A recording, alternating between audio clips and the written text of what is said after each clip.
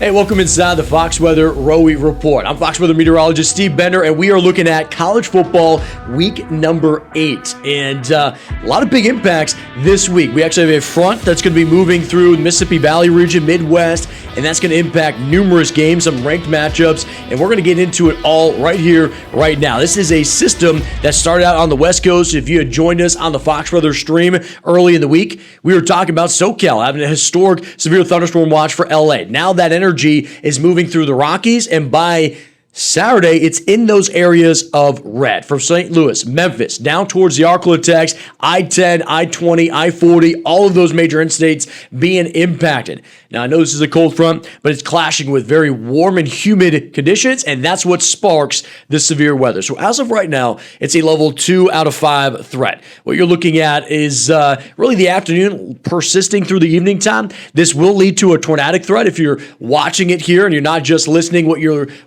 seeing from this kind of vantage point is that the winds aloft, 10,000 feet, they're ripping out of the northwest. The surface winds out of the south, that's what is making it feel so warm and humid at the surface. That directional change is what we call wind shear, where there's a change in direction and speed with height that aids in vorticity, that rotation, hence a tornadic potential in these areas that's in red. You need a little juice, you need a little energy, you need a little zhoosh, and that's going to be the instability that builds leading up to the event. Daytime high temperatures are going to be quite warm. They're going to be in the 80s, and plenty of atmospheric moisture. We talked about that with the dew point. It's going to feel like what you would think it would feel like in areas of the Gulf Coast, the Midwest, and the Mississippi Valley region, where if you didn't have a storm system coming through, the feels like temperatures would probably be about 5 to 10 degrees above what the actual air temperatures like. So that's the big forecast that we're locked in on. After this, it marches to the east. We talked about the limitations for that for NFL football. If you haven't checked out that pod, Ian and I dove into week 7 of NFL football. That was early in the week. Encourage you to check that episode out as well. Let's get into some of these games. We've got a ranked matchup as we head out towards Notre Dame Stadium. This is in Notre Dame, Indiana, northern side of the state, South Bend area. This is going to be 7:30 p.m. Eastern, so 6:30 p.m. local time, and this is right in the heart of this threat. Notice for the ROWI, the risk of weather impact, 3 different parameters that we lock in on. Precipitation impact. This one, of course, is rain, but as we push deeper into the season, that could mean snow. That could mean sleet. That could mean freezing rain. We will dive deeper into that, but right now, it is a pure rain event. Also, it's a frontal boundary, which means the winds are going to kick up. Wind impact, that's built up as well. That's at a medium risk, and then temperature, not bad for this time of year. We're in that fall-like pattern. Average that all together, it's a medium risk of weather impact. Notice it's at the start of the game where you're anticipating the worst of the elements. Yes, there's the potential of rain throughout the entire game, but the heaviest is expected at the beginning at kickoff. Now, this is important because you got 2 teams that are obviously ranked. Notre Dame, there was high expectation. I mean, they were in the top 25 AP poll even after losing their first 2 games. So there is a lot of pressure. And if they want to make it into the college football playoff, these are the type of games they got to win. But will they be able to execute that? Something that we're watching, of course, in college football, any game, is the impact when the rain comes through. And this is going to be a continuous threat. So with this, the ball's going to be slippery. Turnovers likely could start to increase. Your quarterback, you're worrying about, okay, do they have the potential to throw deeper balls? Do they have that great grip on it? Running backs, are they making their cuts? Wide receivers, are they slipping or are the DBs slipping? These are all factored in. The coaches know that as well. They're prepping ahead of time, and they're looking at, okay, do we adjust our game plan or not? I want to bring in the mastermind, the man, the Jazzy J, the mustache hero of it all, Jared. What do you think as we take a look at this game? Is this going to be a big enough impact that you start seeing coaches make adjustments and overall change the way this game's played? If anything, I think it leans more towards Notre Dame, and Notre Dame has, in my opinion, a very good first-year starter at quarterback. Yeah. But the strength is still in their running game with Love, with absolutely fantastic big play running back. And as a whole, that's Notre Dame wants to win their games running on the ground, and that's the part that is least impacted, or so say, like the passing game is far more impacted than the running game, and that's something that Notre Dame wants to see. They want to be able to continue to run the ball. Yeah, what I love about this is it's a massive rivalry. We already know that, so there's going to be a lot of energy coming into the stadium besides just the atmosphere, and so that kind of like gets the emotions throttled up. And to your point, if you're well established and you're at a run attack, this actually kind of leads to what you want to see. Either way, I think this is going to be a great game. Turnovers is going to be something to watch here because if they can set the tone and keep the ball secured in all of this, and USC can actually run the ball effectively too, I think this remains close. I think if we start getting turnovers in the mix, then it's a pure toss-up and it can become chaotic. I don't know if we meet that threshold because this is on the northern side of that frontal boundary, Jared, and I think it's those games further to the south where we're going to be looking at more of that instability and electricity. Let's take you to some of those games right now as we start looking at what we could see unfold for the Purdue Boilermakers going to Northwestern Wildcats. This is in Evanston, Illinois. Ryan Field. This is going to be in the heart of the afternoon. So when you're looking at this, is going to be 3 o'clock. When you have plenty of instability, even more instability than what we had seen previously in that first one. And so as we're watching this kind of unfold, big game.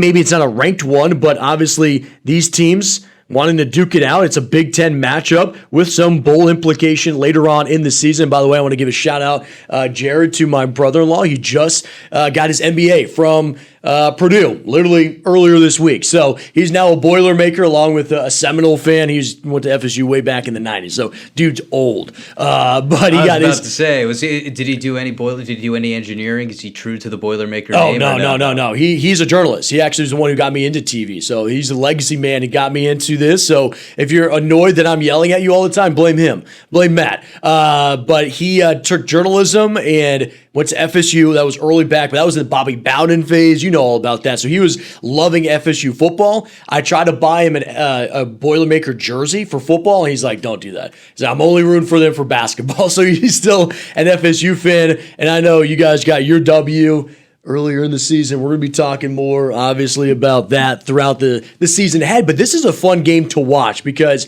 Big Ten matchup, you start to look at, I think this has bigger impacts than the first game we're talking about, right? High impacts with the ROWI, and I think the rain is completely maxed out, and I think this is a type of game where it's not even just the rain, but delays could now be factored in. Yeah, and no, with this, so you see on the hourly, that's really only that first hour with the lightning delay. Yeah. Without the lightning delay, this is looking more towards a medium impact game, and I suspect getting closer to the game will probably shift down to that, because don't forget that ROWI is the maximum hour of impact, and with lightning, that really makes the whole scale go crazy. Yeah, makes it jump. I think with this, as in your notes, which was really good, Ryan Brown, a dual threat quarterback. I think whenever you get into these scenarios where you're going to have to adjust the game plan, right? Whether it's because there was a delay or now we're seeing, hey, that rain, it's lingering around. Because you brought up a good point. We've said this if you're your first pod joining us. Lightning could create a delay, but normally those storms exit out of the region, and when you're actually playing, you have better conditions. But this shows you that this could backfill and you could have slippery conditions and constant rain even throughout the rest of the game. So you want somebody who's a dual threat, where if it gets, chaotic out on the field, he could just tuck it and run and improvise and make something happen, create that mojo, momentum, instead of thinking that the game plan itself, which is going to get manipulated and change, is going to be the thing that creates the momentum. Yeah, and really, Northwestern's had a pretty solid season. Like, there was that one meme I saw today where it was like Northwestern, 1% chance to make the college football playoff on the happy side of the bus. Penn State, 1% chance to make the playoffs. The really depressed side. Yeah. They've had a good squad this year. Yeah. This is a game where, and again, you look about how the game plays out. If we see the shift away from lightning during the game and just really more of those rain impacts, you still expect to see like an average slightly lower scoring, slightly less in the passing game, and slightly more fumbles than you would normally see on average. Those are the things to expect in a game like this. Yeah, and less kicking, right? That goes kind of obvious as well because you're thinking, okay, like just getting the snap, the hold down is already compromised, or that could be difficult, and then even the long field goals, that's going to be impacted because there is some wind in this game. It's decent, especially in that first hour. I think this could almost be underselling it. If that's when the front's coming through, normally with thunderstorms, you get that outflow boundary. It kicks up a little more than what you're seeing. But that's something that's really tough. That's a micro scale event, so that's why you're looking at this as a macro, a bigger view of the entire boundary boundary, widespread 10 to 15 mile per hour winds. Those gusts, though, if there was the thunderstorm, would easily get north of 25, 30 miles an hour. So something we'll be watching for, of course, as well. Now let's jump into some of the other games that we're going to be having here that are still going to be impacted. This is the big thing about frontal boundary is how widespread all of this can be, right? We were just talking stuff that's up near the Great Lakes, the Midwest region. Now we're going to take you all the way down to the Gulf Coast. And we're getting into New Orleans, where, of course, Army is visiting Tulane, the Green Wave at Ole Miss Stadium. And this is a noon kickoff. So you got plenty of instability in the atmosphere. And now we're going to be talking about, okay, what unfolds from here. And what's interesting about this one, Jared, is that Army is like built off of the run game, right? Like all the military academies, they are so... well, it is what it is. It's a military academy. Like they're drill sergeants. Built for the rain. They're built for the rain. They want it to be sloppy. And the thing is that they're disciplined. So that's the thing. At times in rain games, there can be slips. That means there can be some holding. There can be this, blah, blah, blah. And then you increase the penalty output as well. And that ruins the momentum. I think with a team like Army, I think they establish themselves. They lean on Tulane. And this is something that'll be interesting to watch is the second half of the game. Do they just pull away and they enforce their dominance because of that rain? Yeah, I mean, so much of this game is really depending on the timing of that frontal passage. A few hours is going to make that huge difference, and you see that on the hourly. Oh, yeah.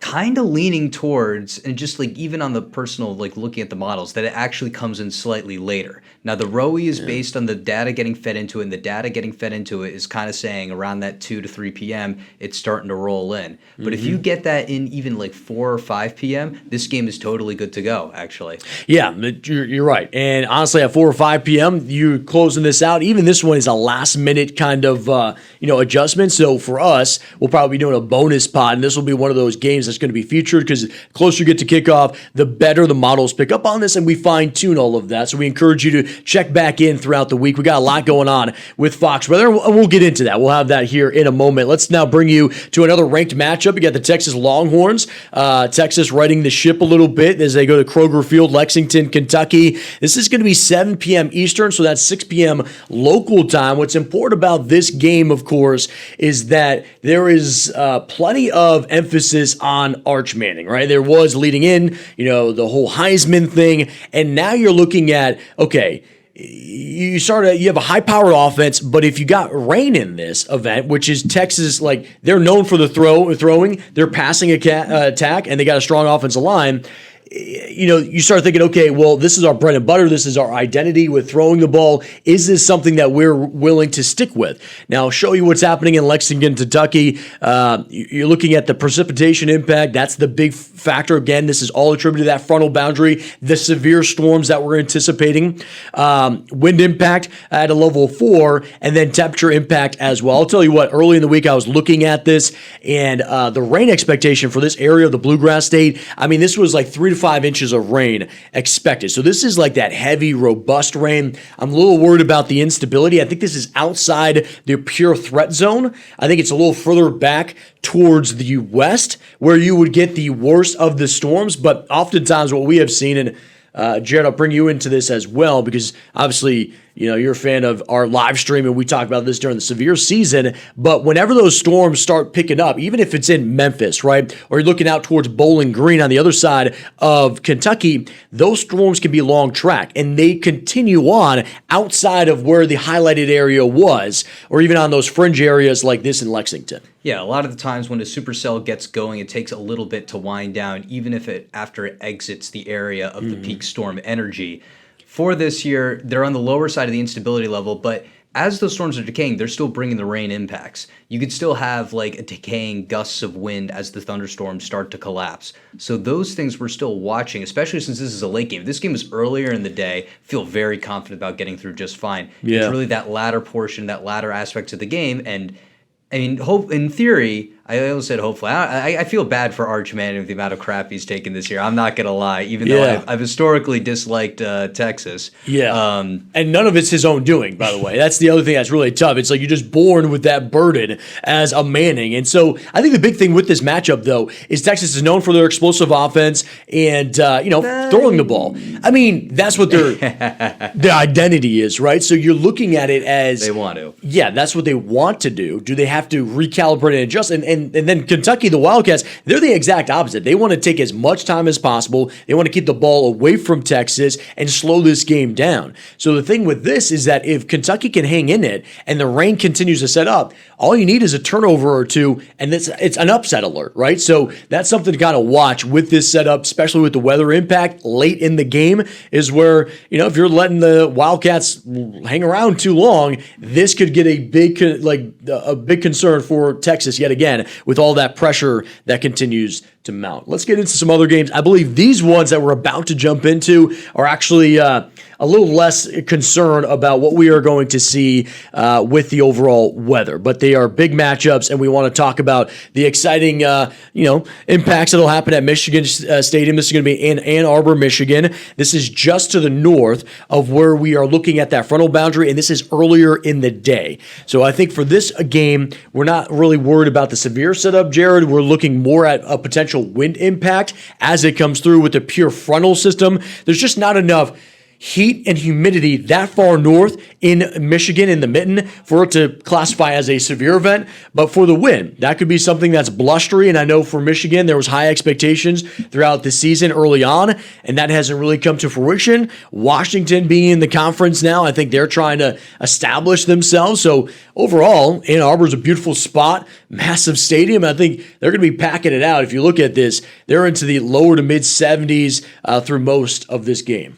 Yeah, you have that southerly wind bringing on all of that extra heat and moisture, which is going to make it really, really comfortable. But you do have to worry about your longer field goals in this game, and this is enough where you start to get a little annoyed at those passes that are those real deep bombs, like more than 20 air yards down the field. Yeah. Those are the things you have to start to wonder, are you going to take that out of the game plan a little bit more? Are you going to focus more on your short and medium routes? And then on those fourth down decisions where you're kind of in that middle territory where I know the kickers have gotten amazing over the last decade.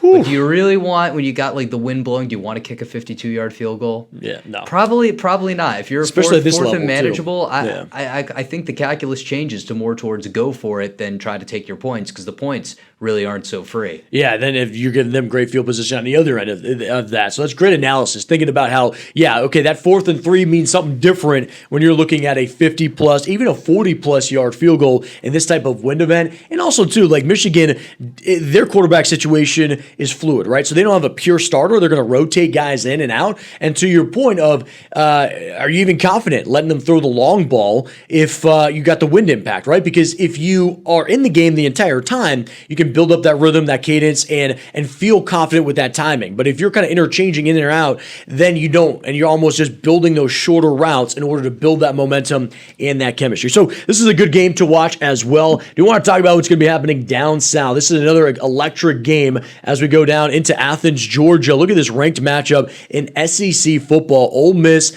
with the Bulldogs here, a top 10 matchup. And weather's not going to be an impact on this game, but we need to talk about, obviously just how great of a football game this is going to be. You got two legacy teams here looking really good. Lane Kiffin looking really good with his Ole Miss. Surprised to see the Bulldogs at obviously number 9, but you're looking at maybe a bounce back game here, establishing something back at home. And normally I'm a fan of having weather, obviously, in the game because it adds an extra layer. But I think with this kind of marquee matchup, I actually just like them throwing haymakers at each other. Jared, and just seeing, let's go toe-to-toe. Don't make any excuses. Let's see who's the bigger dog. Yeah, this is an excellent forecast for really no coach is going to be changing anything about the game plan. Yeah. The winds are calm enough for everything. It's going to be really, really nice temperatures, not super crazy humid. This is something where it's really may the best team win. And Georgia's got the home field advantage. Both teams are from the South. Both teams are used to these kind of conditions.